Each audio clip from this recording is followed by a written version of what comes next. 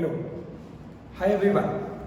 सो आप लोगों को याद होगा कि हमने डिप्रिसिएशन चैप्टर को काफ़ी हद तक शुरू कर दिया था। उसके अंदर हमने बहुत ही इंपॉर्टेंट थ्योरेटिकल डिस्कशन भी शुरू कर दिया था कंप्लीट। और अब समय आ चुका है कि हम लोग क्विकली आगे बढ़ेंगे और एक एक करके मेथड्स को अब डिटेल में समझेंगे। मैं आपको वापस कह रहा हूँ कि आगे की जो आपके वो 4 मेथड्स हैं, दैट इज 6 मेथड्स में से जो पहली 2 मेथड स्ट्रेट लाइन इंटरप्रेटिव उसका हमने डिस्कशन किया, एक ओवरव्यू लिया हुआ है। रादर मैं ऐसा नहीं कहूँगा कि डिस्कशन किया हुआ है, बट वो ओवरव्यू हो जाने के बाद हम पहले वो 2 मेथड्स को पूरी तरीके से कंप्लीट करेंगे। Once we are done with these 2 methods, वो 4 मेथड्स को हम अलग से पढ़ेंगे।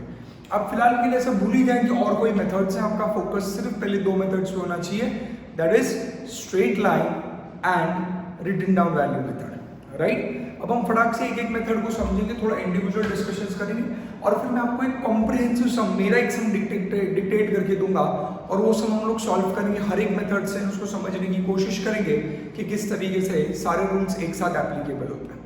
M I very clear with this? बढ़ूँ आगे? चलो, सो अब हम क्विकली कुछ समझेंगे और कुछ तरीके से कैलकुलेशंस करेंगे। अब मैं आ रहा हूँ पहले मेथड की तरफ, जिसका नाम है स्ट्रेट लाइन मेथड। अब स्ट्रेट लाइन मेथड के अंदर आपको कुछ फॉर्मूले समझ लो और उस फॉर्मूलेज का लॉजिक समझ लो। सबको स्ट्रेट लाइन मेथड का आइडिया आ गया कि स्ट्रेट लाइन मेथड में हम एक फिक्स परसेंटेज लेते हैं और उस परसेंटेज से हर साल हमारे एसेट को क्या करते जाते हैं, डिप्रिशिएट करते जाते हैं। और वो परसेंटेज हमेशा applicable on its original cost होता है, ये पता है आप सबको। अब यहाँ पर आपको एक और एक चीज समझनी पड़ेगी कि मैंने आपको पहले कहा था factors of for calculating depreciation में 3 फैक्टर्स आए। एक आया तेरा हिस्टोरिकल कॉस्ट, एक आया तेरा, बता जल्दी, और क्या था? एक हिस्टोरिकल कॉस्ट था, एक क्या था, एस्टिमेटेड यूजफुल लाइफ और एक एस्टिमेटेड रेसिडुअल या स्क्रैप वैल्यू। ये 3 फैक्टर्स के बारे में हम पढ़ चुके हैं। मैं कह रहा हूँ फॉर्मूलेज में जब भी तो यूज करेगा तो ये 3 ही फैक्टर्स घूम फिर कर आने वाले हैं तेरे लिए, राइट। अब समझते हैं, आज मैं स्टार्ट कर रहा हूँ हमारी पहली मेथड। जो पहली मेथड का हमारा डिस्कशन होने वाला है, जिसका नाम है स्ट्रेट लाइन मेथड। याद है? अब स्ट्रेट लाइन मेथड में आखिर जब मैंने जैसे तेरे को पिछले क्वेश्चन में एग्जांपल देते वक्त बेटा परसेंटेज दे दिया था कि 10% है, 15% है, जो भी है। अब मैं थोड़ा उसकी डिटेल में जाऊंगा और देखूंगा कि परसेंटेज आता कैसे है, ये कैलकुलेट कैसे होता है, राइट। तो ये समझने की थोड़ी कोशिश करें बेटा। एसएलएम मेथड के अंदर फॉर्मूलेज क्या है पहले वो समझ। मैं यहाँ पे जो लिख रहा हूँ आपको नोट डाउन करना है आपके रजिस्टर के अंदर, बट पहले मुझे लिख लेने दो फिर लिखना, फिर आप लोग आपका अपडेट करना, क्योंकि उसके बाद मैं थोड़ा चेंजेस करूंगा। तो पहला मेथड, पहला फॉर्मूला जो को समझना है बेटा वो है depreciation in terms of rupees per annum. मैं परसेंटेज का फॉर्मूला फिलहाल डिस्कस नहीं कर रहा, depreciation in terms of rupees का फॉर्मूला डिस्कस कर रहा हूँ कि अमाउंट में तो डेप्रिसिएशन कैसे फाइंड आउट करेगा। तो बेटा डेप्रिसिएशन का फॉर्मूला जो हम पिछले लेक्चर में डिस्कस कर चुके वही है जो मैं पिछले इसमें डिस्कस कर रहा था, थोड़ा बहुत इसके स्ट्रेट लाइन मेथड के रिगार्डिंग था। स्ट्रेट लाइन मेथड के हिसाब के अंदर डेप्रिसिएशन का फॉर्मूला क्या है, कॉस्ट ऑफ एसेट, राइट है, माइनस एस्टिमेटेड स्क्रैप या salvage value whole upon estimated useful life of the ये आपका एकदम सिंपल सादा क्यूब सा फॉर्मूला है क्या कैलकुलेट करने का, डिप्रिसिएशन का अमाउंट। डन? अब समझिए, एक एग्जांपल लेके समझाता हूँ यहाँ पर, एकदम सिंपल सा। जैसे मैं आपको पहले कह चुका हूँ कॉस्ट में क्या इंक्लूड होता है, हम पहले डिस्कस कर चुके हैं, सब कुछ आता है। जैसे फॉर एग्जांपल यहाँ पर मैं लेता हूँ कि मैंने एक एसेट खरीदा, उस एसेट का सिर्फ माने कॉस्ट था, कॉस्ट मतलब उसका परचेज प्राइस था। I hope you understand there is a difference between purchase price and cost. सिर्फ एग्जांपल उस एसेट का परचेज प्राइस था 1,20,000, राइट। उसके ऊपर आपने और बहुत सारे खर्चे किए, बहुत सारे खर्चे किए मतलब आपने उसके ऊपर मे बी ट्रांसपोर्टेशन का खर्चा किया मे बी 40,000 प्लस उसके इंस्टॉलेशन का खर्चा किया मे बी आपने 60,000। तो 1,20,000 was a purchase price, 40,000 was maybe transportation charges, 60,000 maybe installation charges। ये सब पकड़ के ये टोटल अमाउंट जो आएगी this will give you nothing but the cost of asset कितना है 2,20,000। समझो मैंने डिसाइड कर लिया है कि मैं asset को कितने साल यूज करूंगा, तो मैंने डिसाइड किया asset will be used for say for example 5 years। तो लाइफ उसकी मैंने मेरे लिए क्या शुरू की है 5 इयर्स कौन सी लाइफ होती है इकोनॉमिक लाइफ होती है याद आ रहा है माइनस मेरे को लगता है 5 साल में जब इसको बेचूंगा तो मेरे को स्क्रैप वैल्यू मिलेगा 20,000 इज इट इट सो तो अगर मैं ऊपर न्यूमरेटर में लूं तो इसकी टोटल कितनी आती है 1,20,000 प्लस 40 प्लस 60 2,20,000 में से 20 गया कितना आया 2 लाख डिवाइडेड बाय 5 इयर्स बच्चा जानता है इस 2 लाख को हमने एक नाम दिया हुआ है डेप्रीशिएबल अमाउंट अगर आपको याद होगा तो हम इसे क्या कहेंगे डेप्रीशिएबल अमाउंट और अभी 2 लाख डिवाइडेड बाय 5 इयर्स मतलब कितना आ गया 40,000 पर एनम ये आपका क्या आ गया डेप्रीशिएशन। अब यहाँ पे मैं 2-3 पॉइंट्स आपको समझाना चाहूंगा आपने जो फॉर्मूला लिखा है आप इसे आगे और करके वापस इस फॉर्मूले में एडिशन करोगे ये फॉर्मूला आ रहा है cost minus estimated scrap value मतलब आप न्यूमरेटर में लिखोगे इसको क्या नाम दिया जाता है डेप्रीशिएबल अमाउंट हम इस अमाउंट को क्या कहते हैं डेप्रीशिएबल अमाउंट बेटा नाम में समझ शब्द में समझ ये जो डिफरेंस आता है cost minus estimated scrap value मतलब क्या तेरा कॉस्ट कितना था एक्चुअली अगर इस एसेट का देखें तो 2,20,000 बेटा there is a difference between purchase price and cost.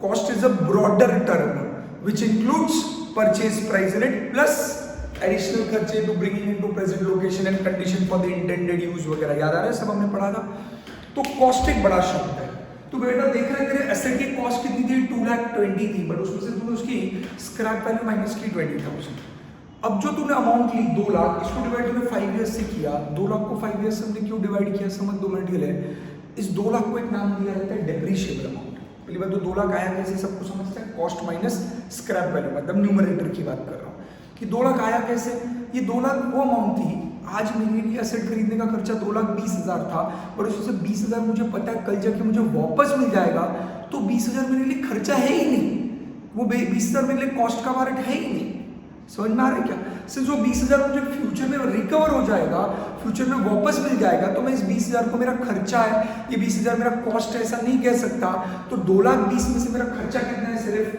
2 lakh rupees ऊपर का 20,000 मेरा कॉस्ट एक्सपेंस नहीं है इसीलिए उस 2 लाख रुपीस को क्या नाम दिया जाता है डेप्रीशिएबल अमाउंट मतलब इतने अमाउंट का ही मुझे डेप्रीशिएशन चार्ज करना है और इसको डिवाइड बाय क्या करता हूं यूजफुल लाइफ याद आ रहा है कुछ पक्का दैट इज ऑब्वियसली क्या एस्टिमेटेड यूजफुल लाइफ आप समझ पा रहे न्यूमरेटर में जो डेप्रीशिएबल अमाउंट आ रही है मेरी न्यूमरेटर में जो मेरी डेप्रीशिएबल अमाउंट आ रही है it is nothing but the total depreciation मतलब इस असेट को मेरे को टोटली डेप्रीशिएट कितने रुपीस से करना है 2 लाख से करना है क्योंकि मुझे पता है इस असेट को कम कर करके मैं 2 लाख ही कम करूंगा क्योंकि 20,000 रुपया भले मैं आज खर्चा कर रहा हूँ बट कल जाके मुझे वापस रिकवर हो जाएगा याद आ रहा है क्या सो फॉर्मूला क्या है I repeat formula is cost minus estimated scrap value divided by estimated useful life या फिर मैं उसको दूसरी भाषा में लिख सकता हूँ depreciable amount divided by estimated useful life ये फॉर्मूला भूलो मत मैं कौन से मेथड में हूँ स्ट्रेट लाइन WDV में भी फॉर्मूलेज आएंगे एकदम आराम से स्टेप बाय स्टेप कर मैं जितना बोल रहा हूँ उसके ऊपर फोकस करें बेटा मैं क्या कर रहा हूँ फॉर्मूला देख रहा हूँ किस चीज़ का फॉर्मूला देख रहा हूँ डेप्रीसिएशन कैलकुलेट करने का अब देखो नहीं लग रहा डेप्रीसिएशन का इस फॉर्मूले से मुझे परसेंटेज नहीं मिला मुझे क्या मिला अमाउंट मिला आई hope you getting my point अब अमाउंट मिला अमाउंट परसेंटेज नहीं मिला अब 2 मिनट के लिए मैं सम्स के एंगल से डिस्कस करता हूँ वो थोड़ा समझ बेटा जो देखो SLM के सम्स आएंगे वो 2 प्रकार के आएंगे राइट सबसे पहले आपको बता दो एग्जाम में डेप्रीशिएशन के क्वेश्चन आते हैं 6 से 8 मार्क का 4 से 4 6 8 मार्क के कॉम्बिनेशन में आते हैं इधर 4 मार्क का रहेगा 6 का या 8 मार्क का पक्का है एक क्वेश्चन पक्का आता है अब 2 मिनट समझ डेप्रीशिएशन का जो बेटा तेरा क्वेश्चन रहेगा ना उसमें क्या दिया जाएगा पहले वो बैकग्राउंड समझ डेप्रीशिएशन के क्वेश्चन में ना तुझे 2 प्रकार के क्वेश्चन आएंगे एक जिसमें डायरेक्टली परसेंटेज दे दिया जाएगा कि भाई एसेट को डेप्रीशिएट करो 10% 15% 25% SLM मेथड से अब जब तेरे पास परसेंटेज है तो कोई प्रॉब्लम ही नहीं है तू सीधा उसके ऊपर डेप्रीशिएशन कैलकुलेट करके क्या कर लेगा अकाउंटिंग कर लेगा वही तो स्टेप ना पहले कैलकुलेशन एंड देन रिकॉर्डिंग है ना अरे पक्का बट तू समझना दूसरे टाइप का क्वेश्चन क्या आएगा जहां पे तुझे डेप्रीशिएशन का परसेंटेज नहीं दिया जाएगा देखो ये सारी इंफॉर्मेशन दी गई कौन सी इंफॉर्मेशन एसेट कितने में खरीदा उसके ऊपर कितना खर्चा किया उसकी लाइफ कितनी एस्टिमेट की गई है और उसकी स्क्रैप वैल्यू क्या है, सैल्वेज वैल्यू, रेसिडुअल वैल्यू क्या है। ये सारी चीजें तो क्वेश्चन में प्रोवाइड की गई। अब क्वेश्चन में जब देखो ये सारी चीजें प्रोवाइड की जाएगी तो ये फॉर्मूले से तो डेप्रिसिएशन का परसेंटेज नहीं ढूंढ रहा बेटा, तो क्या ढूंढ रहा है, डेप्रिसिएशन की अमाउंट ढूंढ रहा है, अमाउंट। ये वाले फॉर्मूले से समझ में आ रहा है क्या बोल रहा हूं। पर देखो नहीं लगता डेप्रिसिएशन का अमाउंट ढूंढ के तेरा काम हो गया, तो इसके बाद वापस परसेंटेज में इंटरेस्टेड नहीं, क्योंकि अगर क्वेश्चन में देखो परसेंटेज भी देते तो भी तो अल्टीमेटली उस परसेंटेज को अमाउंट में एसेट के कॉस्ट पे अप्लाई करके अमाउंट ऑफ डेप्रिसिएशन ढूंढता ना। तो बहुत समझ रहे, मेरे लिए क्वेश्चन में मैं रिवर्स ऑर्डर में डिस्कस कर रहा हूं, मेरे लिए सॉल्यूशन में मुझे क्या करना है, डेप्रिसिएशन की अकाउंटिंग एंट्री। पक्का, डेप्रिसिएशन की एंट्री करने के लिए मुझे क्या मांगता, अमाउंट ऑफ डेप्रिसिएशन। लैंग्वेज सुन अच्छे से, मुझे डेप्रिसिएशन की एंट्री करनी और एंट्री करने के लिए मुझे अमाउंट ऑफ डेप्रिसिएशन। अब जिस क्वेश्चन में मुझे डेप्रिसिएशन परसेंटेज में दिया रहता है तो मैं वो परसेंटेज अप्लाई करके क्या ढूंढता हूं, अमाउंट ऑफ डेप्रिसिएशन। आ रहा है कुछ समझ में? पक्का, मैं क्या ढूंढता हूं, अमाउंट ऑफ डेप्रिसिएशन और एंट्री कर देता हूं।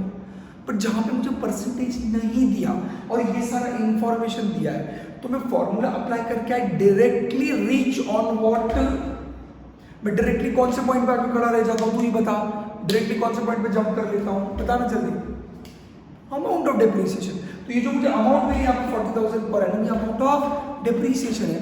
मैं परसेंटेज के पीछे क्यों भागूं, मुझे वैसे भी परसेंटेज अगर ढूंढता तो भी मुझे अल्टीमेटली तो रिकॉर्ड करने के लिए क्या चाहिए बेटा, अमाउंट। तो ये टाइप के सम्स में, जो ये टाइप के सम्स होते हैं जहां पर आपको डेप्रिसिएशन का परसेंटेज नहीं दिया रहता, वहां पे फॉर्मूला लगाकर आप क्या ढूंढ लेते हो, अमाउंट ऑफ डेप्रिसिएशन। काम हो गया। अब मुझे परसेंटेज से कोई मतलब है क्या, नहीं है। क्या मुझे परसेंटेज चाहिए, क्या नहीं चाहिए, मुझे परसेंटेज से की कोई जरूरत नहीं, उसके बिना मेरा सम हो गया सॉल्व, मैं अकाउंटिंग कर सकता हूं। अरे क्लियर है क्या, पक्का।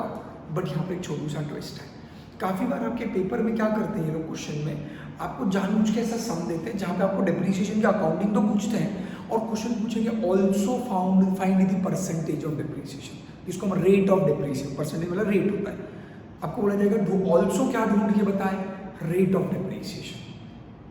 समझ में आ रहा है, रेट ढूंढना है। तो अब तेरे पास यहाँ पर आता है फॉर्मूला नंबर 2। अब जो मैं फॉर्मूला नंबर 2 यहाँ पर तेरे सामने लिखने जा रहा हूँ बेटा, ये फॉर्मूला नंबर 2 किस चीज का है वो समझ। Formula number 2 is for calculating depreciation का क्या ढूंढना है बेटा, परसेंटेज। बेटा मैं फॉर्मूले में देखो डेप्रिसिएशन का परसेंटेज ढूंढ के दे रहा हूं, मेरी बात सुन लियो बेटा, मैं डेप्रिसिएशन का देखो परसेंटेज ढूंढ के दे रहा हूं यहां पर फॉर्मूले में, बट सम सॉल्व करते वक्त मुझे परसेंटेज की जरूरत नहीं पड़ती।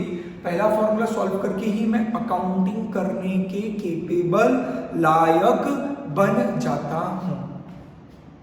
क्या आप मेरे साथ है?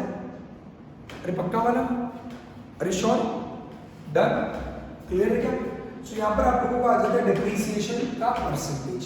डेप्रिसिएशन के परसेंटेज का फॉर्मूला सुन लियो आराम से।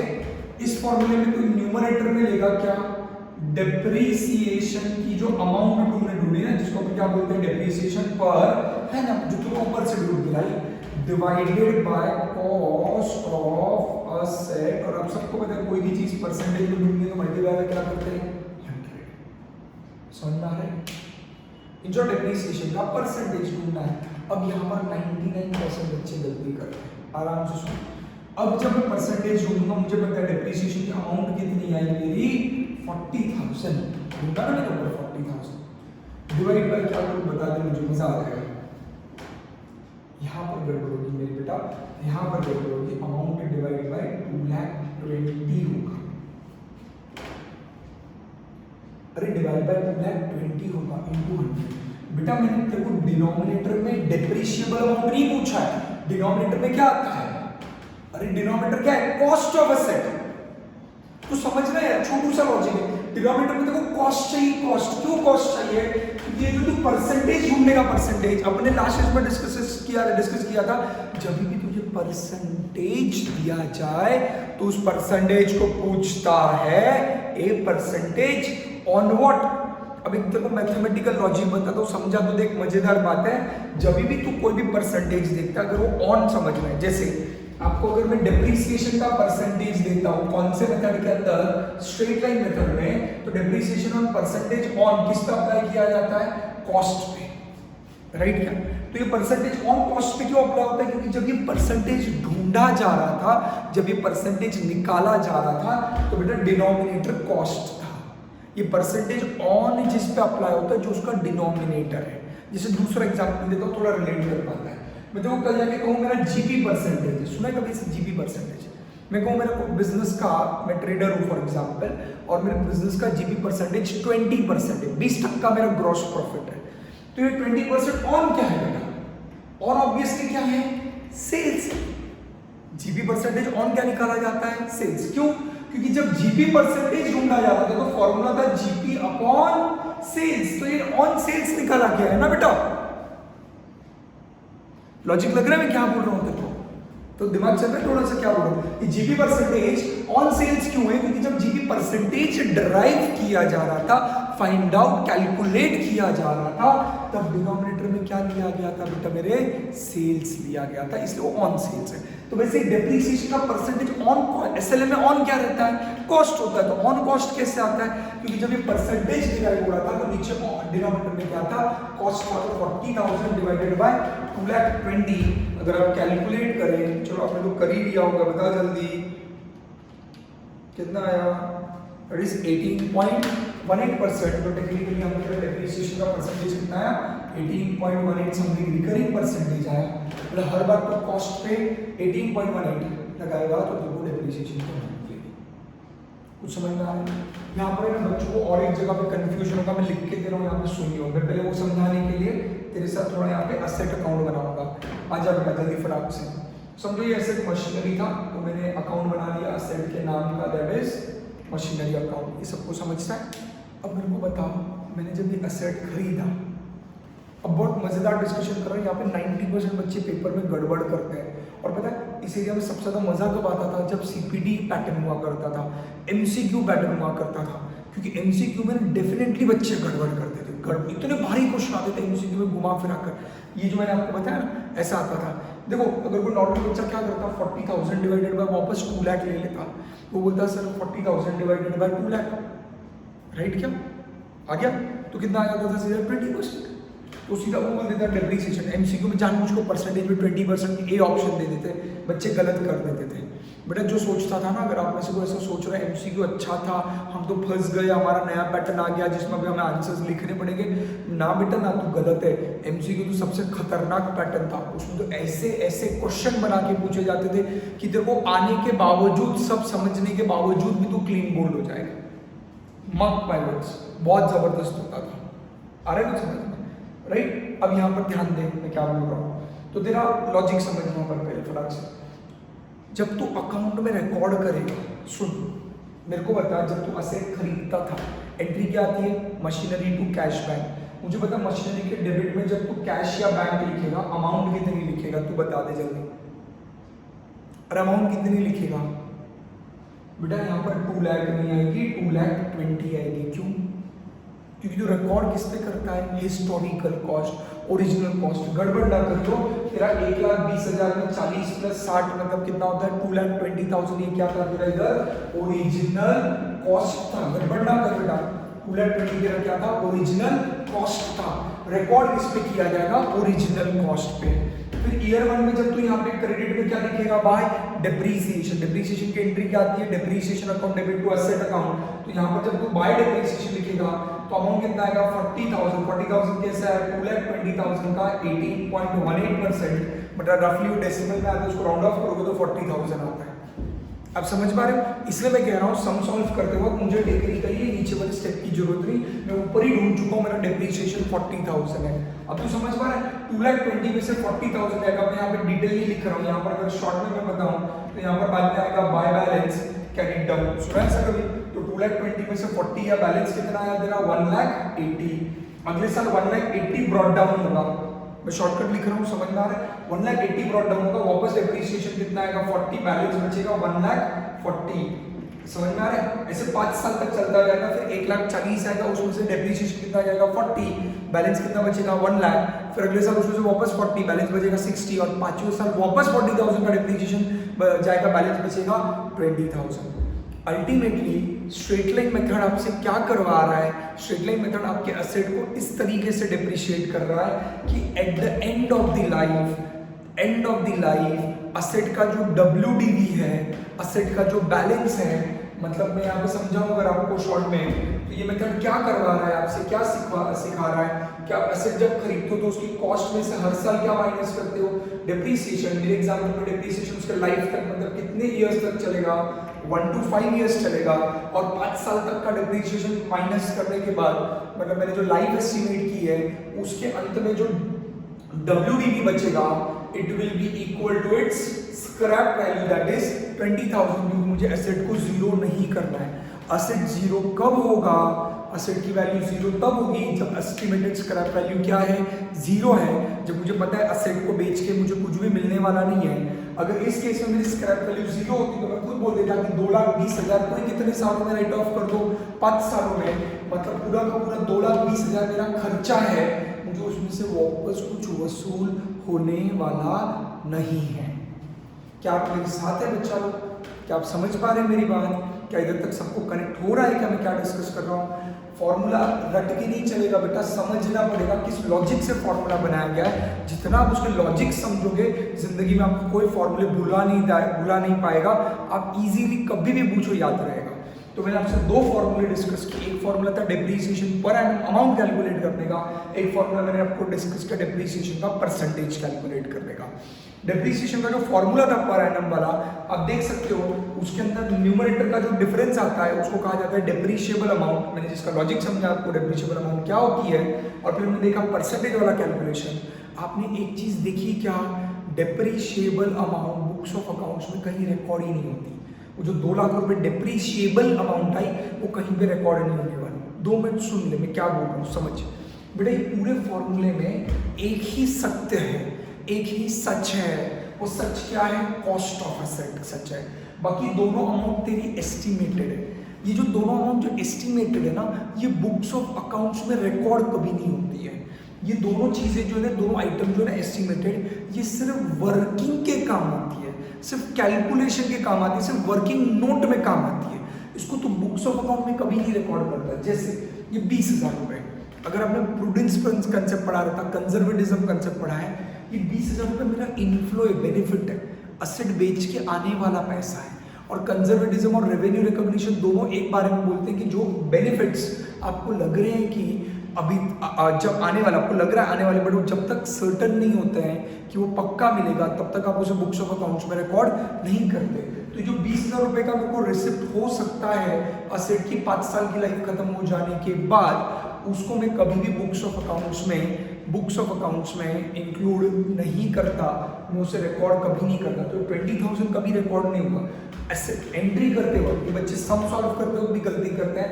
एंट्री करते वक्त जब तू रिकॉर्ड करेगा तो बुक्स में एसेट 2 लाख रुपए पे नहीं रिकॉर्ड करेगा, एसेट 2,20,000 रुपए पे रिकॉर्ड करेगा, क्योंकि वो तेरा कॉस्ट था। इवन अगर कभी परसेंटेज ढूंढने बोला भी, हर बार आएगा ऐसा जरूरी नहीं। आपको समझा, इसकी कोई जरूरत नहीं, इसके बिना आप सम सॉल्व कर सकते हो।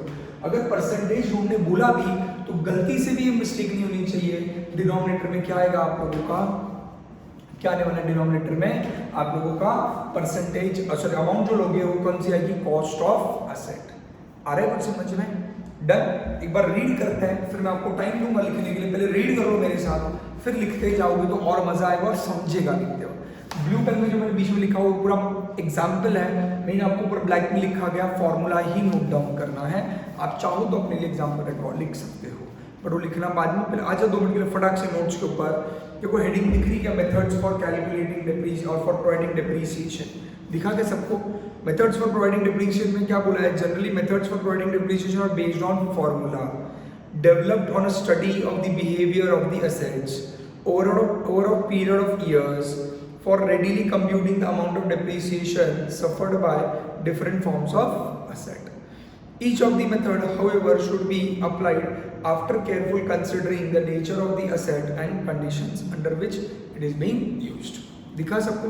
अब यहाँ पे देख रहे हो, यहाँ पे आपको ऐसे ट्री में सारे मेथड्स दिए गए, राइट? तो आप देख सकते हो पहली ऊपर मेथड स्ट्रेट लाइन है, फिर डिमिनिशिंग बैलेंस मेथड है, फिर एक सम ऑफ इयर्स डिजिट मेथड है, एनयूडी मेथड है, स्विंगिंग फंड मेथड है, मशीन और मेथड है, production unit method, depletion method है। वाओ, इतनी सारी मेथड है, बट आपको पढ़ने इसमें से सिर्फ 6 हैं।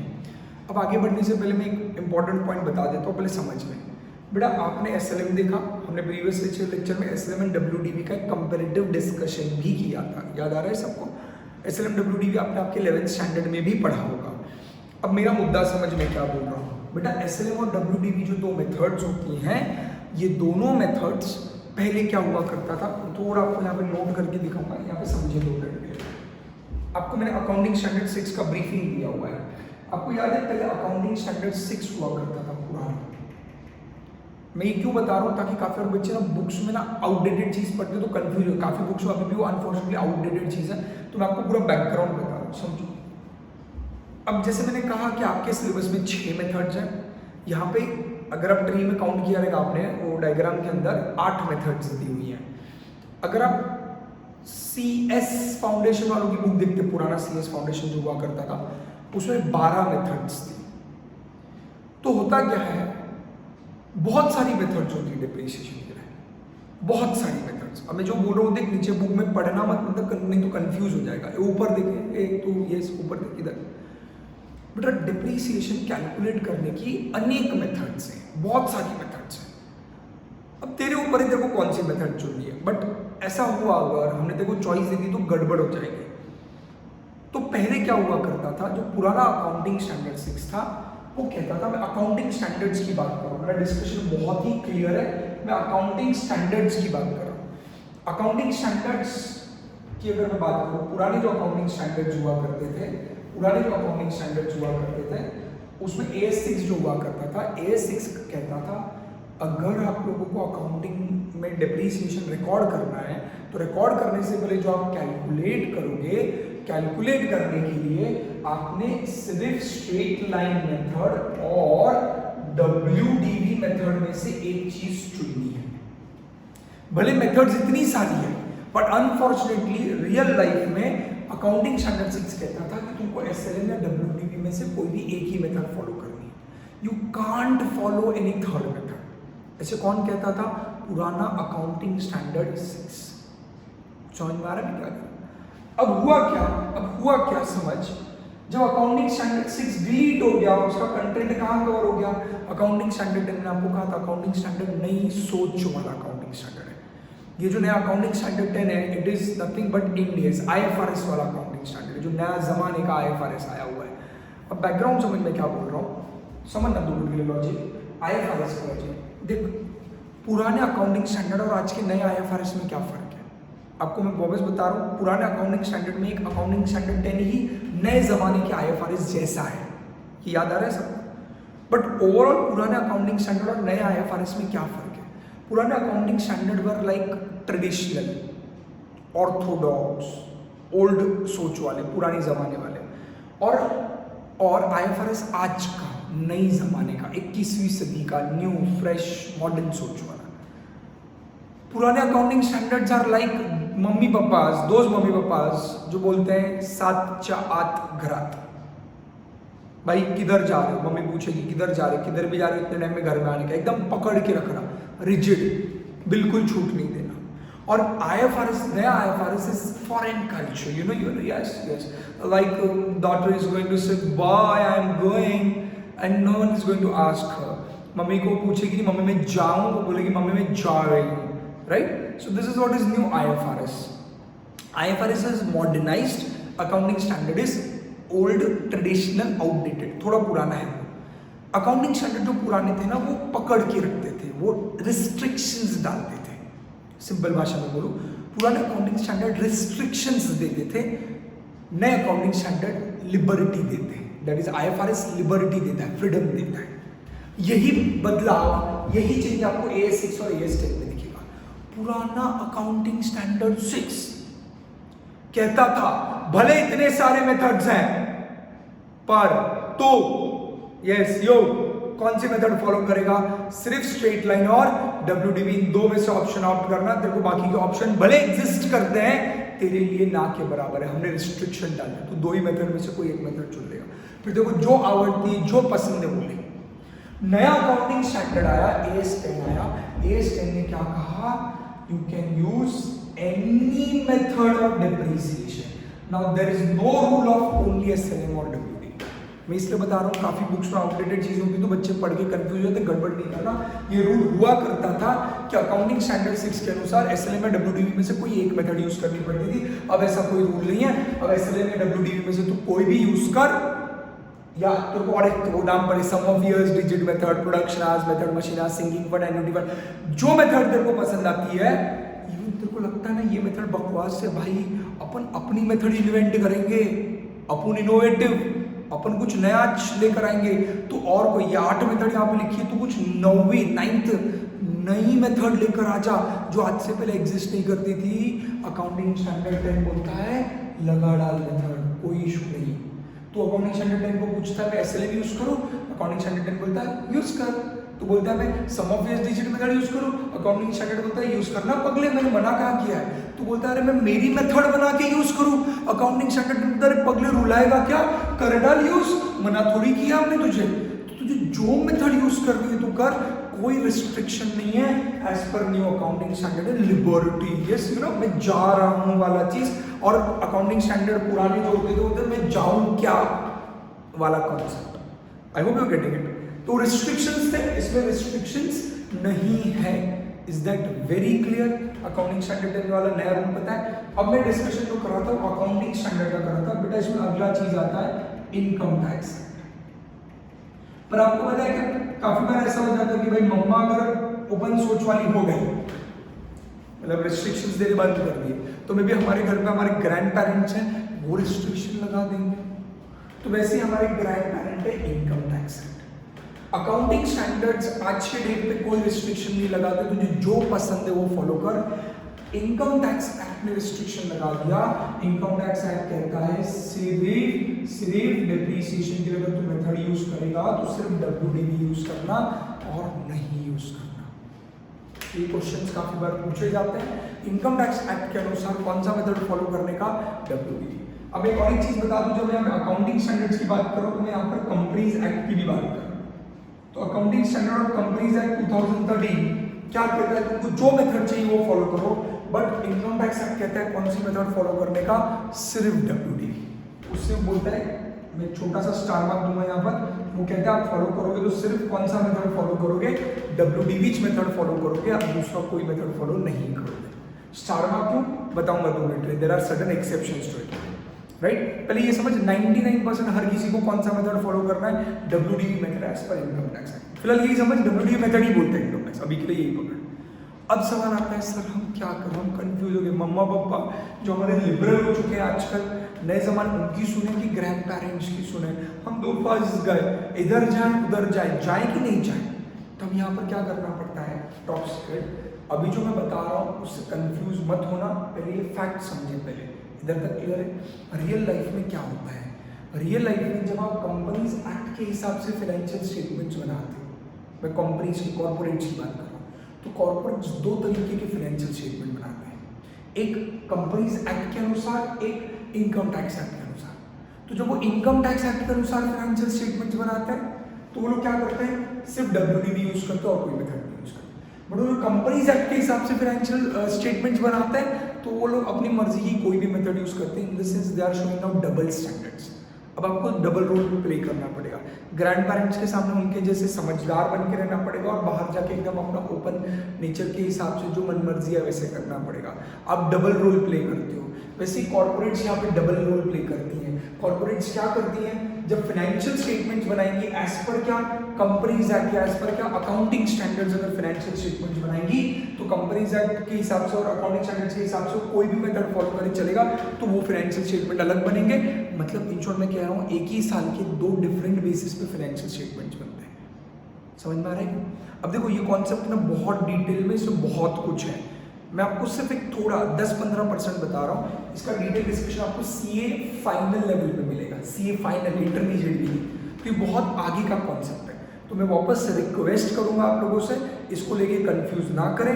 ये ऐसा एरिया है जहां पर आप थोड़ा मैकेनिकल आपको अभी के लिए जाना पड़ेगा, फ्यूचर में आपको उसका कॉन्सेप्चुअल डिफरेंस समझेगा। टू सम अप, शॉर्ट में अगर मैं बोलूँ तो आज का अकाउंटिंग स्टैंडर्ड 10 कोई रिस्ट्रिक्शन नहीं डालता, आप कोई भी मेथड फॉलो करो। पर जब हम इनकम टैक्स एक्ट 1961 पढ़ते हैं, इनकम टैक्स एक्ट बोलता है आपने WDV मेथड ही फॉलो करने का। तो आप क्या करोगे, तो आपको दोनों, तो अगर आप इधर भी WDV फॉलो कर लोगे, इधर अकाउंटिंग स्टैंडर्ड्स के हिसाब से, अकाउंटिंग स्टैंडर्ड WDV अलाउ करता है क्या? यस। तो अगर आप WDV दोनों जगहों पे फॉलो कर लोगे तो कोई प्रॉब्लम नहीं।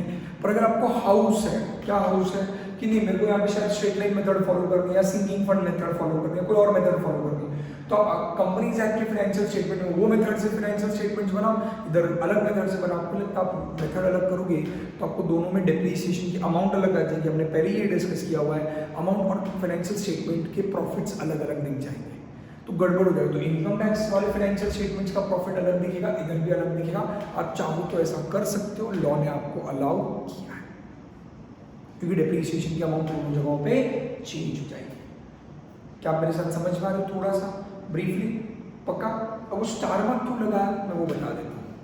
इनकम टैक्स एक्ट कहता है ए बिजनेसमैन तू जब डेप्रिसिएशन निकालेगा तो तू कौन सा मेथड फॉलो करेगा? WDV। क्लियर है? बट सुन ले, सुन, तू कौन सा मेथड फॉलो करेगा? W। बट अगर तू पावर जनरेशन यूनिट है, पावर जनरेशन समझता है, इलेक्ट्रिसिटी का तुम्हारा जनरेशन एंड डिस्ट्रीब्यूशन का काम है, तो हम तुमको चॉइस देते हैं, तुम्हें चाहे तो तुम स्ट्रेट लाइन मेथड फॉलो कर सकते हो। आपके बुक में इतना डिटेल नहीं दिया, मैं मसाला पूरी के लिए दे रहा हूँ, समझे डिटेल में। अगर आप इलेक्ट्रिसिटी जनरेशन यूनिट हो तो आपको चॉइस है, आप चाहो तो कौन सा मेथड फॉलो कर सकते हो? Straight line method. बट चाहो तो मेरी लैंग्वेज समझ, ऑप्शन है तेरे पास। ये ऑप्शन सिर्फ पहली बार एक्सरसाइज हो सकता है। मतलब आज मैंने सोचा चलो मैं इलेक्ट्रिसिटी जनरेशन या डिस्ट्रीब्यूशन यूनिट डालता हूँ, पावर जनरेशन, भाई मैं सोलार पावर प्लांट डाल रहा हूँ सॉरी हाइड्रो पावर प्लांट डाल रहा हूँ, मैंने कोई पावर प्लांट एस्टैब्लिश करने का डिसीजन लिया। अब मैं कोई पावर प्लांट एस्टैब्लिश करने का डिसीजन ले रहा हूँ, तो मेरे पास चॉइस है कि आज जब मैंने बिजनेस स्टार्ट किया तो मेरे पास ऑप्शन दिया गया, मैं चाहूँ तो SLM या WDV में से कोई फॉलो कर सकता हूँ। मेरे को यहाँ सिर्फ किसको पावर चाहिए, बाकियों को नहीं। अगर मैं एक मैन्युफैक्चरर हूँ, मैं प्लास्टिक के वेयर्स, किचन वेयर मैन्युफैक्चर करता हूँ, मैं फुटवेयर मैन्युफैक्चर कर रहा हूँ, mobile phones, IT, computer, TV वगैरह बना रहा हूँ, ऐसे ऑर्गेनाइजेशंस को ऑप्शन दिया। सिर्फ इलेक्ट्रिसिटी जनरेशन डिस्ट्रीब्यूशन वालों को ऑप्शन दिया है। अगर आपने आज अपनी कंपनी सेटअप की तो आज आपको चॉइस है, आप चाहो तो स्ट्रेट लाइन फॉलो कर सकते हो, सिर्फ आप ही लोग, वो भी ऑप्शन है। अगर आपने पहली बार WDV लेने का डिसीजन ले लिया, मतलब SLM लो या WDV लो, आपने WDV अडॉप्ट कर लिया तो जिंदगी भर WDV लेना पड़ेगा, SLM अडॉप्ट कर लिया तो आगे SLM ही लेना पड़ेगा, आपको बाद में पलटी मारने का चॉइस नहीं है। एक बार रीड करूं, देखो आपको उस डी के नीचे वही दिया हुआ है, note income tax rules however prescribe the diminishing balance method accept in case of assets of N undertaking engaged in generation and distribution of power. कौन सी अंडरटेकिंग? वो ऑर्गेनाइजेशन जो किसमें एंगेज्ड है? Generation and distribution of power. Power मतलब electricity वाली चीजें आ गई, आपको समझते हैं। इलेक्ट्रिसिटी जनरेशन यूनिट्स अलग होती है, इलेक्ट्रिसिटी डिस्ट्रीब्यूशन अलग होती है। जैसे हमारे यहाँ पर अलग अलग स्टेट इलेक्ट्रिसिटी बोर्ड्स हैं, तो स्टेट इलेक्ट्रिसिटी बोर्ड क्या करते हैं? डिस्ट्रीब्यूट करते हैं। जैसे अपने नासिक रोड में MSEDCL आपने नाम सुना रहेगा, जिसको आप MSC भी कहते हो, वो इलेक्ट्रिसिटी डिस्ट्रीब्यूट करती है। आप डिस्ट्रीब्यूट करना मतलब आपके घर तक वायर ला के आपसे बिल में लेना हर महीने, डिस्ट्रीब्यूशन का काम होता है, नाम से समझ रहे हो आप लोग। मुंबई में जाओगे तो आधा मुंबई को इलेक्ट्रिसिटी रिलायंस डिस्ट्रीब्यूट करता है, आधे को टाटा करता है, इन्होंने बांट लिया अंदर। तो आप सबर्बन ऑफ मुंबई में आप लोगों को टोरेंट दिखेगा, राइट? क्या दैट इज वो अडानी पावर का जो आ गया। तो ये डिस्ट्रीब्यूशन का काम करेगा। डिस्ट्रीब्यूशन आपके घर तक वायर लाने का, आपके घर तक इलेक्ट्रिसिटी पहुंचाने का और आपसे महीने का बिल लेने का, ये डिस्ट्रीब्यूशन हो गया। जनरेशन मतलब जो इलेक्ट्रिसिटी प्रोड्यूस करता है, जैसे आपने नासिक में देखा रहेगा सुजलॉन एनर्जी है, तो उसके विंड मिल्स लगाए हुए हैं, तो सिर्फ वो पावर बना रहा है, वो घर घर नहीं ला के देता। बेटा बनाने वाला घर घर लाने लगेगा तो उसको परवड़ेगा ही नहीं, वो यहाँ ध्यान दे कि वहाँ ध्यान दे, इसलिए इसमें डिविजन ऑफ वर्क होता है। एक कंपनी वो होती है जो सिर्फ इलेक्ट्रिसिटी बनाने का काम करती है, एक कंपनी वो रहती है जो सिर्फ इलेक्ट्रिसिटी डिस्ट्रीब्यूट करने का काम करती है। जनरल नॉलेज के लिए बता दूं, मसाला पूरी के लिए बता दूं, पहले ये दोनों काम गवर्नमेंट ही करता था, यहाँ पर प्राइवेटाइजेशन नहीं था। 1991 की न्यू इकोनॉमिक पॉलिसी के बाद, सुना रहेगा आपने, 1991 मनमोहन अंकल ने जो बनाई थी, उसके बाद उन्होंने प्राइवेटाइजेशन शुरू किया। फिर इलेक्ट्रिसिटी डिस्ट्रीब्यूशन में पहले प्राइवेटाइज था, इसलिए मुंबई में आपको मैं कह रहा हूँ कि ये आते हैं क्या बोलते हैं, Reliance and Tatas and Adanis को राइट दिए हुए हैं कि वो लोग घर तक आपको इलेक्ट्रिसिटी ला के दे सकते हैं।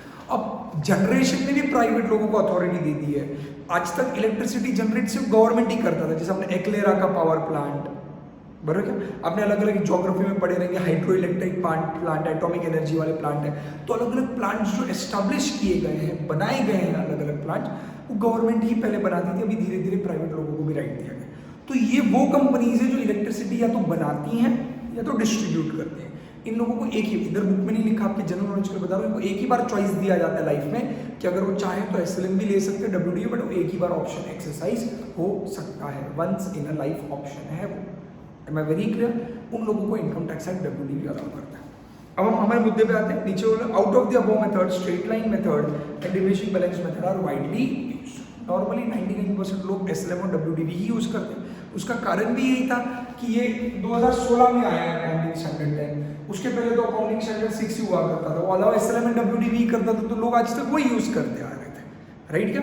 तो ये जो मम्मी पापा ने जो छूट देना शुरू किया हुआ है, अब भी शुरू किया हुआ है उम्र होने के बाद, तो इसलिए उसमें अभी भी हमें आदत पुरानी वाली ही है, तो मेजॉरिटी लोग एसएलएम डब्ल्यूडीयू ही फॉलो करते हैं। नॉर्मल छोटा मोटा ट्रेडर जो रहता है, सोल ट्रेडर पार्टनरशिप फर्म वाले जो लोग होते हैं, मैं कॉर्पोरेट्स की बात नहीं कर रहा, normal sole trader partnership firm WDV ही फॉलो करते हैं। क्यों? क्योंकि क्यों खामखा इनकम टैक्स एक्ट से पंगा लेना, क्यों डबल डबल काम करना?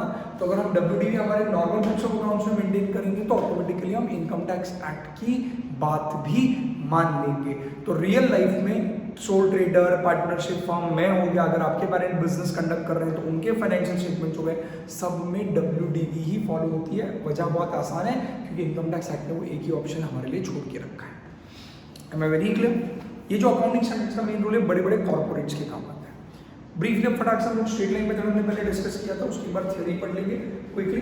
क्या आप लोगों को वहाँ पे दिख रहा है कि स्ट्रेट लाइन मेथड में अकॉर्डिंग टू दिस मेथड दिखा, an amount equal to the amount, मिला करें, an equal amount is written off every year during the working life of an asset so as to reduce the cost of asset to nil।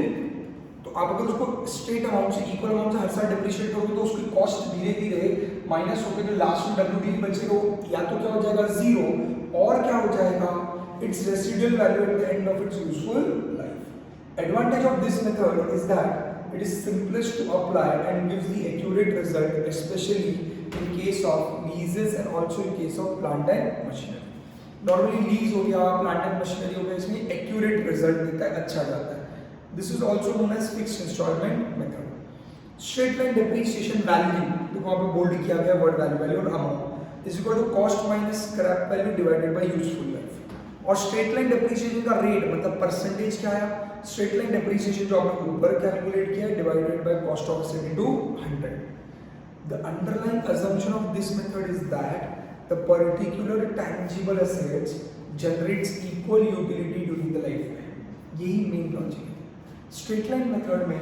जैसा अभी के मेरे example में हर साल अगर मैं डेप्रिसिएशन 40,000 ले रहा हूँ तो इसके पीछे का लॉजिक क्या है, मैं क्या अज्यूम कर रहा हूँ, मैं 40,000 डेप्रिसिएशन कैसे ले रहा हूँ बेटा।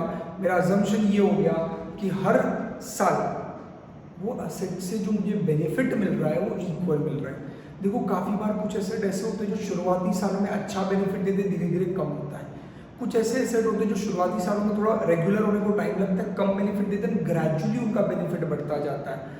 पर स्ट्रेट लाइन मेथड उन असेट्स के लिए अच्छी मेथड है, या उन असेट्स के लिए ये यूज होनी चाहिए जो असेट्स इनिशियल ईयर से लेकर एंड ईयर तक हमें सेम लेवल ऑफ बेनिफिट देंगे, मतलब same level of units produce करके देंगे, सेम क्वालिटी ऑफ आउटपुट निकाल कर देंगे, उनकी एफिशिएंसी अप्रॉक्सीमेटली सेम रहेगी।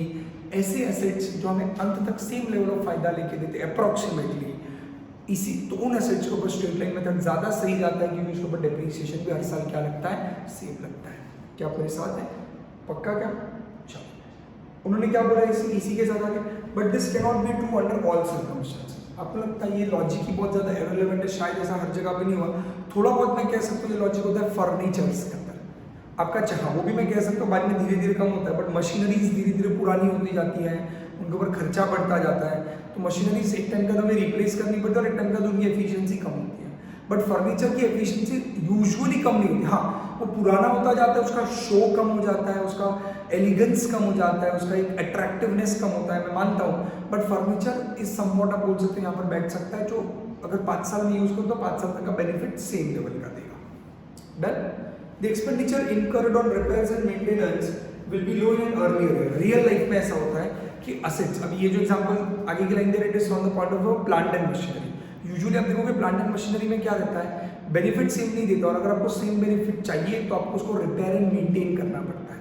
आपने नई, same logic goes with plant and machinery के साथ मोटर व्हीकल।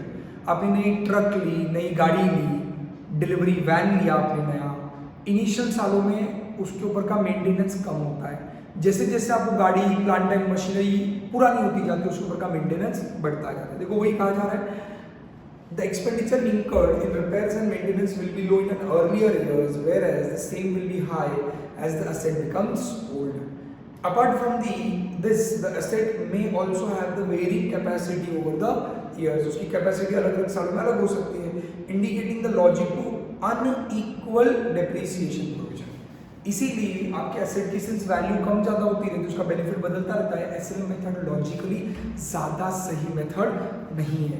इसीलिए इनकम टैक्स ने भी कौन सी मेथड फॉलो की है, डब्ल्यूडीवी, क्योंकि रियल लाइफ में एसएलएम हमारे लिए एज ए स्टूडेंट कैलकुलेट करने के लिए बड़ी आसान जाती है, बट रियल लाइफ में ये मेथड इतनी काम की नहीं है, लॉजिकली करेक्ट नहीं है।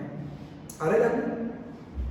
चलिए, however, many assets have insignificant repairs and maintenance expenditure for which straight line method can be applied. जिसमें आपको एग्जांपल दे दिया फर्नीचर्स के लिए।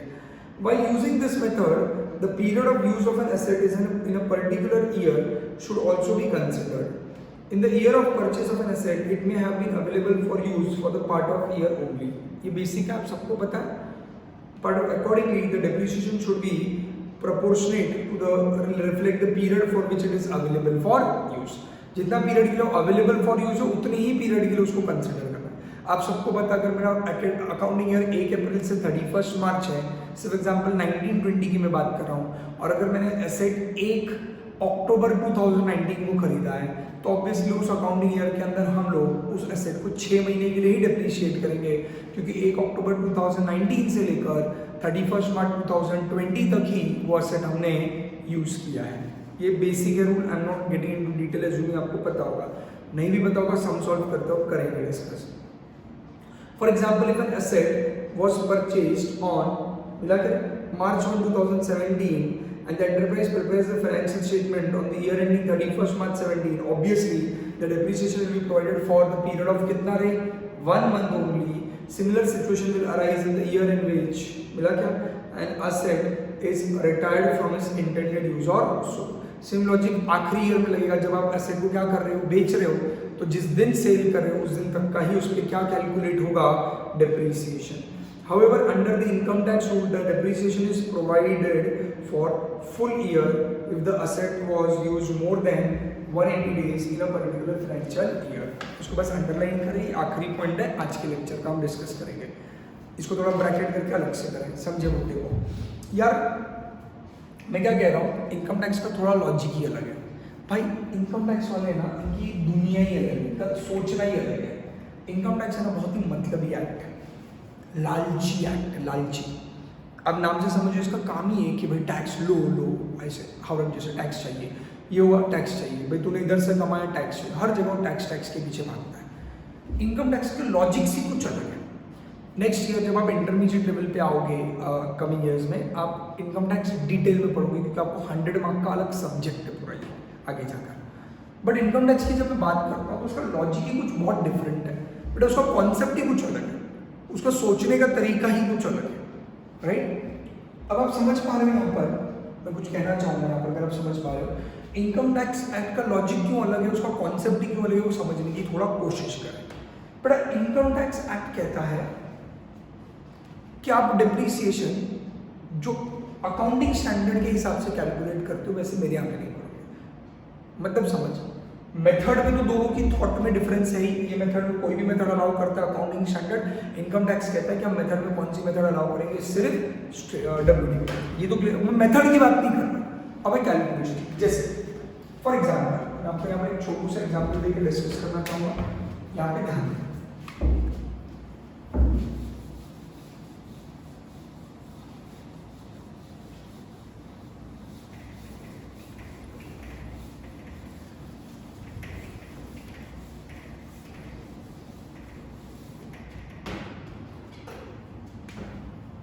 अब हम डिफरेंस देखने की कोशिश करेंगे, किसके बीच में मैं डिफरेंस देखने की कोशिश करूंगा, अकाउंटिंग स्टैंडर्ड और इनकम टैक्स एक्ट के अंदर। बट अब यहाँ पर अकाउंटिंग स्टैंडर्ड का डिस्कशन आएगा, यहाँ पर इनकम टैक्स एक्ट का डिस्कशन आएगा। समझो मेरा फाइनेंशियल ईयर जो है वो 1920 है। अब समझो मैंने मेरा असेट फर्स्ट अप्रैल 2019 को खरीदा, परचेज की बात कर रहा हूं, तो अकाउंटिंग स्टैंडर्ड के हिसाब से डिप्रीशिएशन कितने मंथ्स का लगेगा, 12 मंथ्स। बराबर। जब आप इधर पढ़ोगे इनकम टैक्स एक्ट पढ़ोगे तो इनकम टैक्स एक्ट भी कहेगा 12 मंथ्स। वो 12 मंथ नहीं कहता, मैं आपको थोड़ा मसाला पूरी दे रहा हूँ, थोड़ा एक्चुअल नॉलेज दे रहा हूँ। एक्चुअल में क्या होता है, मैं आपको छोटा बच्चा समझ के इनकेपेबल समझ के आपको कुछ ऐसे लोरी सुना के बहलाऊंगा नहीं, मैं आपको फैक्ट बताऊंगा क्या।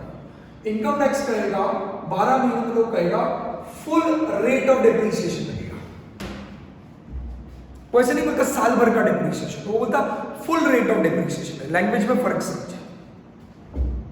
इनकम टैक्स के एक्ट का लॉजिक क्या है, अगर अभी यहां पर दूसरा एग्जांपल लेता हूं, मैंने असेट लिया 1 जुलाई 19 को, हम आज तक जो फॉलो कर रहे थे अकाउंटिंग स्टैंडर्ड कर रहे थे, हम आज के आगे भी जो फॉलो करेंगे वो अकाउंटिंग स्टैंडर्ड ही करेंगे। हम इनकम टैक्स का लॉजिक से थ्योरेटिकली डिस्कस करें, यहां पर उसका हिसाब से अकाउंटिंग होने वाला नहीं, अकाउंटिंग स्टैंडर्ड्स के हिसाब से होता है। Is that very clear.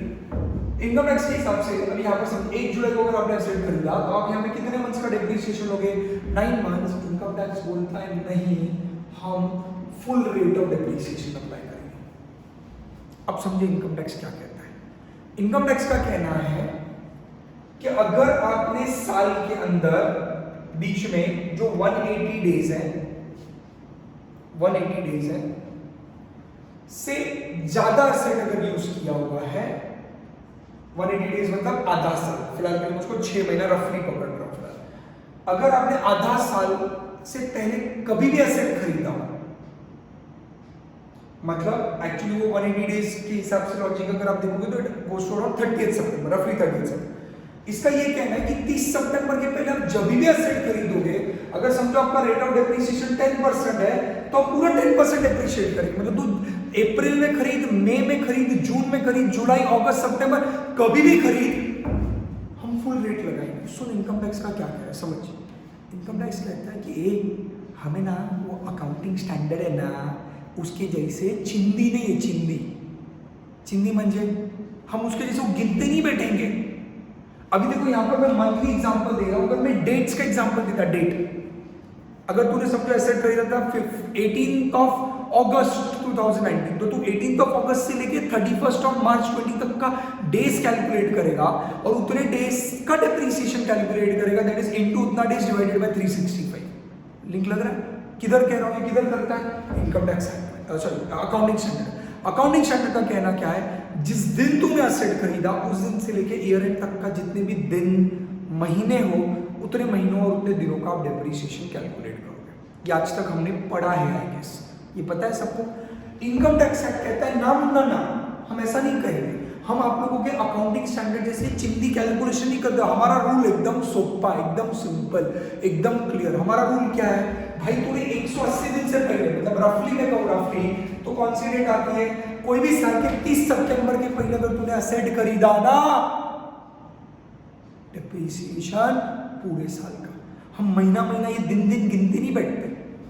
मतलब तूने अगर अप्रैल में असेट खरीदा, मैंने अगस्त में, सितंबर में असेट खरीदा, तेरे को भी 10% पूरे डिप्रीशिएशन मिलेगा, मेरे को भी एसेट पे कितना कैलकुलेट करने का, पूरा 10%। ये महीना महीना चिंदी काम नहीं करते, इनका एकदम सिंपल है हिसाब। 180 दिन का, तो अक्टूबर में खरीदा, नवंबर में खरीदा, मार्च तक कभी भी खरीदा, तो half rate of depreciation, that is अगर डिप्रीशिएशन का रेट 10% तो 5% मिलेगा, खत्म। लोड नहीं लेने का दिमाग पे, simple. How sweet, how cute, tension ही नहीं। मतलब तेरे को महीना में नहीं लगाने का आज नहीं, तेरे को सिर्फ देख तूने कहा भाई आधे 30 सितंबर के पहले खरीदा की बात है, मतलब तूने अगर 10 अक्टूबर को एसेट खरीदा, मैंने अगर 31 मार्च को एसेट खरीदा, तो भी तू 5% लगाएगा, मैं 5% लगाऊंगा। इसी में अगर इधर एग्जाम्पल लूँ, इधर अगर कोई पर्सन एसेट 31 मार्च 20 को खरीदेगा, तो अकाउंटिंग स्टैंडर्ड के हिसाब से नो डेप्रिसिएशन आएगा, क्योंकि लास्ट डे पे आपने एसेट खरीदा तो वो डेप्रिसिएशन ही नहीं कैलकुलेट होगा। बट इनकम टैक्स एक्ट कहता है आप कितने रेट से डेप्रिसिएशन करोगे, हाफ रेट से डेप्रिसिएशन करोगे, हाफ रेट अप्लाई करोगे आप आपके एसेट के ऊपर डेप्रिसिएशन का। कुछ समझ में आ रहा है क्या? ये एक ब्यूटीफुल सा छोटा सा डिस्कशन था अपार्ट फ्रॉम एसएलएम। इधर तक सबको क्लियर है? So here I just sum up the thing. आज के हमने लेक्चर में क्या पढ़ा, हमने पहले एसएलएम समझा, एसएलएम के अंदर के दोनों मेथड्स देखे, अमाउंट कैसे, वैल्यू कैसे कैलकुलेट करोगे, रुपीज में डिप्रिसिएशन कैसे कैलकुलेट करोगे और रेट में डिप्रिसिएशन कैसे करोगे। फिर हमने एक बहुत ही ब्यूटीफुल डिस्कशन किया इनकम टैक्स एक्ट और अकाउंटिंग स्टैंडर्ड्स के ऊपर। तो हमने दो मुद्दों पर डिस्कस किया। पहला, as per income tax act और एज पर अकाउंटिंग स्टैंडर्ड क्या कैलकुलेट होता है। पहला, as per income tax accounting standard बोलूं तो you can use any method of depreciation. मैं दो पॉइंट पढ़े, पहला मेथड वाला और दूसरा कैलकुलेशन वाला। मेथड के बेसिस पे बात करूं तो अकाउंटिंग स्टैंडर्ड कहता है कोई भी मेथड फॉलो करो, इनकम टैक्स एक्ट कहता है सिर्फ डब्ल्यूडीवी फॉलो करो, एक्सेप्ट पावर जनरेशन यूनिट और डिस्ट्रीब्यूशन यूनिट रहोगे तो एसएलएम का ऑप्शन है आपके पास। दूसरा पॉइंट कैलकुलेशन, अकाउंटिंग स्टैंडर्ड कहता है period wise, month wise, day wise depreciation calculate करो। इनकम टैक्स एक्ट कहता है हट हम ये सब नहीं करेंगे, हम 180 दिन का हाफ ईयर का क्राइटेरिया रखेंगे। अब प्लीज हाफ ईयर में बोला आप लिखोगे तो 180 डेज वर्ड लिखना क्लियर कट, क्योंकि एक्ट में 180 डेज वर्ड है। तो 180 डेज मतलब 6 महीने से कम के लिए अगर एसेट यूज हुआ है, 6 महीने से कम यूज हुआ है तो हम क्या करेंगे, मतलब उस अकाउंटिंग ईयर के अंदर एसेट 6 महीने से कम समय के लिए यूज किया है तो हम डिप्रिसिएशन कितना लगाएंगे, आधा रेट लगाएंगे। अगर 25% रहता तो 12.5% रहता, 20% रहता तो 10% ही डिप्रिसिएशन लगता, हाफ रेट लगाएंगे सीधा हम वो into 6 divided by 12 into 4 divided by 12 ऐसे मंथली डेज वाइज कैलकुलेशन नहीं करेंगे। और अगर आपका एसेट हाफ ईयर से पहले ही खरीद लिया गया था तो उसके ऊपर डिप्रिसिएशन कितने समय का आएगा, पूरे 1 साल का। डन क्या? ये समझ में आ रहा है? I hope you are working hard यार, ये समझ में लॉजिक क्लियर है? इतना पढ़ना है। कल के लेक्चर में हम डब्ल्यूडीवी शुरू करेंगे, बट जाने से पहले 2-3 छोटी बातें। आप लोग अच्छे से पढ़ रहे हो इसका मैं उम्मीद करता हूँ, आप लोग टाइम टू टाइम एफर्ट्स दे रहे रहोगे इसकी मैं उम्मीद करता हूँ। समझे 2 मिनट के लिए बेटा, लाइफ में ना आज आपने जब सीए में आए हो तो आपको समझना है कि आपको बहुत सारा एफर्ट्स देना है। अभी कुछ दिनों पहले की बात है, हमने देखा कि इरफान खान, ऋषि कपूर जैसे लोगों का हमने डेथ की न्यूज़ सुनी। ये न्यूज़ सुन के हम हिल कर रह गए। It was not expected to lose such a wonderful legends of the Bollywood industry, specially they have also worked in Hollywood as well. ऐसे लोग जो लोग आज हमारे लाइफ को इतना अच्छे से टच करके गए थे, उन लोगों की डेथ सुनकर कहीं ना कहीं इंसान का दिल हर्ट होता है। पर आपको एक चीज़ लगता है, उनके जाने के बाद जो याद रखी जा रही है चीज़ें, वो उनके अचीवमेंट्स याद रखे जा रहे हैं। They have worked hard, they have shown their skills, they have excelled in their skills and they have performed exceptionally well in the world and that's why they have came up and they have got that designation। कि आज वो चले गए but उनकी achievements आज भी हम याद रखते हैं, उनके बारे में अच्छी चीज़ें हम याद रख रहे हैं कि they were hard efforts giving and so were the qualities of theirs। Similarly आज हम हमारे कोर्स में आए, हमारे कोर्स भी हमसे कुछ एफर्ट्स मांग रहे हैं। आप अपने एफर्ट्स अच्छे से दोगे, अपने कामों में जब एक्सेप्शनली वेल परफॉर्म करोगे, आज से 10 साल बाद अगर आप बहुत अच्छे से अपने लाइफ में सेट होंगे, आप आपके स्किल्स का सही परफॉर्मेंस करोगे तो लाइफ में शायद मे भी उनके जैसा आप शायद आप में से कोई हो जाए बट इतने फेमस ना हो, बट आज हमारे जाने के बाद भी हमारे अच्छे काम, हमारे अचीवमेंट एटलीस्ट हमारे क्लोज फ्रेंड्स, रिलेटिव्स तो ज़रूर याद रखेंगे। It's very important to work hard, work good and be very focused in whatever you are doing. Life is all about giving everything to a particular thing. When you give everything to a particular thing, that particular thing will never ditch you back. याद रखें, अगर आप आपके course को, आपकी पढ़ाई को अपना सब कुछ दे दोगे, आपका कोर्स आपको कभी धोखा नहीं देगा, ये मैं वादा करता हूँ। प्लीज सब दे दो, एफर्ट्स दे दो, मे भी कल जाके हमारा नाम भी इतना ऊपर जाए, हम भी उतने एक्सेप्शनली वेल परफॉर्म करें। So signing off today, have a nice time, take care of yourself, bye bye।